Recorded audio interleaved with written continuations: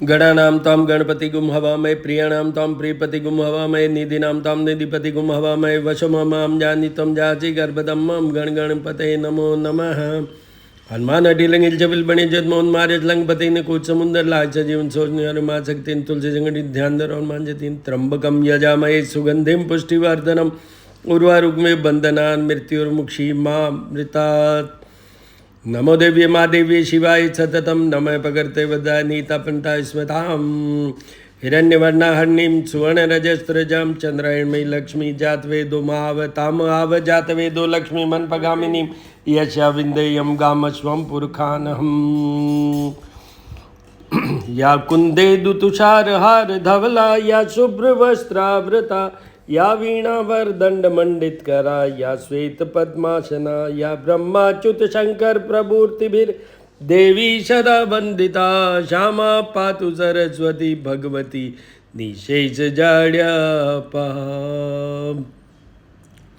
ओम विष्णुवे नमः ओम विष्णुवे नमः महालक्ष्मी नमः कृष्णाय नमः रुक्मणी देवी रुक्मणी कृष्णाय नमः राधे कृष्ण राधे कृष्ण। ओम यक्षराजाय विद्महे वैश्रवणाय धीमहि तन्नो कुबेराय प्रचोदयात्। जपाकुसुम शंकाशं काश्यपेयमादितिं तमो हरिसर्पापग्नं प्रणतो अस्मि दिवाकरम् आदित्याय विद्महे भास्कराय धीमहि तन्नो सूर्य प्रचोदयात्। दर्शन कीजिए सभी के। आज बृहस्पतिवार, तो आज बृहस्पतिवार है। भगवान विष्णु, भगवान कृष्ण और विष्णु स्वरूप जितने भी देवी देवता हैं उन सब के दर्शनों का, पूजन का महत्व है। आज पहले तो बृहस्पतिवार है तो बृहस्पति भगवान का ध्यान कर लेते हैं। देवानां च ऋषीणां च गुरु कांचन सन्निभम बुद्धिभूतम त्रैलोकेशम तम नमामि बृहस्पतिम। बृहस्पति अभी वृषभ राशि में चल रहे हैं 14 मई 2025 तक। तो उपाय करने की किन को ज़रूरत है?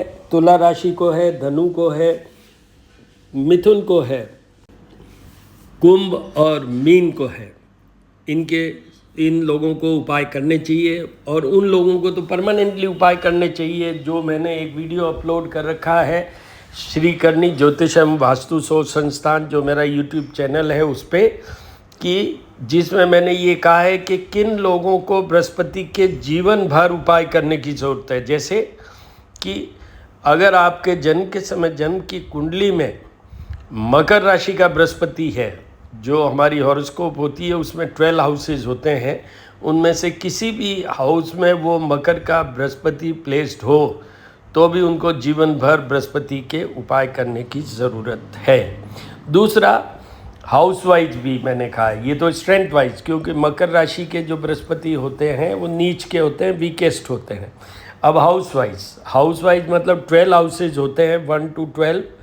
तो उसमें 3rd हाउस में अगर बृहस्पति हो, जन्म कुंडली जन्म के समय बनी, उसमें 6th हाउस में हो, 8th हाउस में हो और 12th हाउस में बृहस्पति हो उस समय, तो आपको जीवन भर बृहस्पति के उपाय करने की ज़रूरत है। और तीसरे लेवल पे तो ये है जो अभी मैंने बताया था आपको गोचर के अनुसार। जैसे आजकल वृषभ के बृहस्पति चल रहे हैं तो किन किन को, जैसे मैंने कहा तुला है, धनु है, मिथुन है, कुंभ और मीन है, इनको बृहस्पति के उपाय करने चाहिए। उपायों के लिए आप मेरे श्रीकरणी ज्योतिष एवं वास्तु शोध संस्थान वाले पे जाइए चैनल पे, वहाँ पर आपको बृहस्पति की पूजा उपासना करने के या रेमेडीज़ करने की किन लोगों को ज़रूरत है उस नाम से जो वीडियो अपलोडेड है, लास्ट थर्सडे को ही अपलोड किया है मैंने, तो उसमें जाके देख लीजिए कि मैंने क्या उपाय बताए हैं। उसमें उपाय भी हैं, सारे डिटेल में उपाय हैं। बाकी तो बृहस्पति के जितने भी वीडियोज़ हैं उनमें मैंने कुछ सब उपाय बताए, बट अभी ये रिसेंटली मैंने एक सीरीज चलाई है जो हर ग्रह के ऐसा बनाया है मैंने एक वीडियो। जैसे कल शुक्रवार है तो शुक्र का भी वीडियो वहाँ पड़ा हुआ है बनाया हुआ कि किन लोगों को जीवन भर शुक्र के उपाय करने होंगे या करने चाहिए। तो इस तरीके से कीजिए। और बाकी आज की डेट में भगवान विष्णु का पुरुष सूक्त के साथ, मतलब जैसे थर्सडेज को हमें भगवान विष्णु का जो है वो अभिषेक करना चाहिए जल, दूध, जल पंचामृत जल द्वारा पुरुष सूक्त के साथ। आपको नहीं आता हो यूट्यूब से चलाइए और साथ में ही ये दूध या पंचामृत या जल चढ़ाते रहिए बराबर, और वो जैसे समाप्त होता है वो पूरा हो जाता है, संपूर्ण हो जाता है।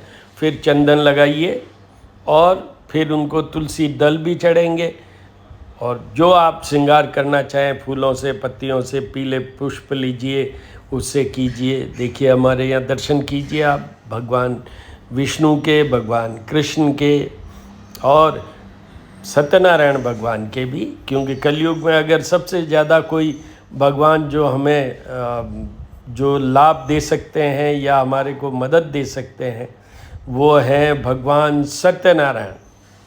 तो उनके भी दर्शन कीजिए, उनके भी दर्शन कीजिए।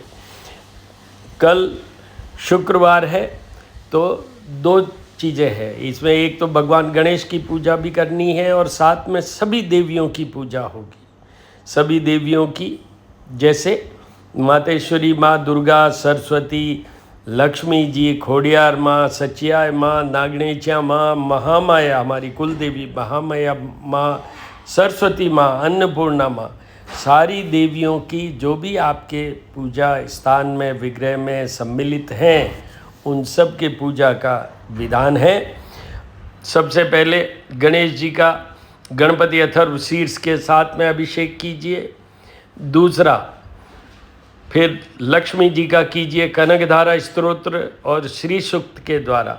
फिर तीसरे सरस्वती जी का कीजिए सरस्वती स्तोत्र या सरस्वती का ध्यान का, जैसे या कुंदेदु तुषार हार धवला उससे, और दुर्गा जी का कुंजिका स्तोत्र के साथ कीजिए शृणु देवी प्रवक्ष्यामि, वो करके है दुर्गा सप्तशती में लास्ट में है ये, और यूँ यूट्यूब से आप चला सकते हैं। उनके साथ ही उनका आपको अभिषेक करना है जल, दूध, जल पंचामृत जल द्वारा, वो आप कीजिए। शुक्र अभी उच्च राशि पे है, पर साथ में ही सूर्य भी है जिनसे भी उनकी नहीं बनती है, साथ में राहु है जो हिडन फोर्सेस, इविल फोर्सेस का इफेक्ट दे सकते हैं, साथ में नीच के बुध भी हैं तो वो भी कुछ कर सकते हैं। तो किन किन लोगों को शुक्र के उपाय करने की ज़रूरत है?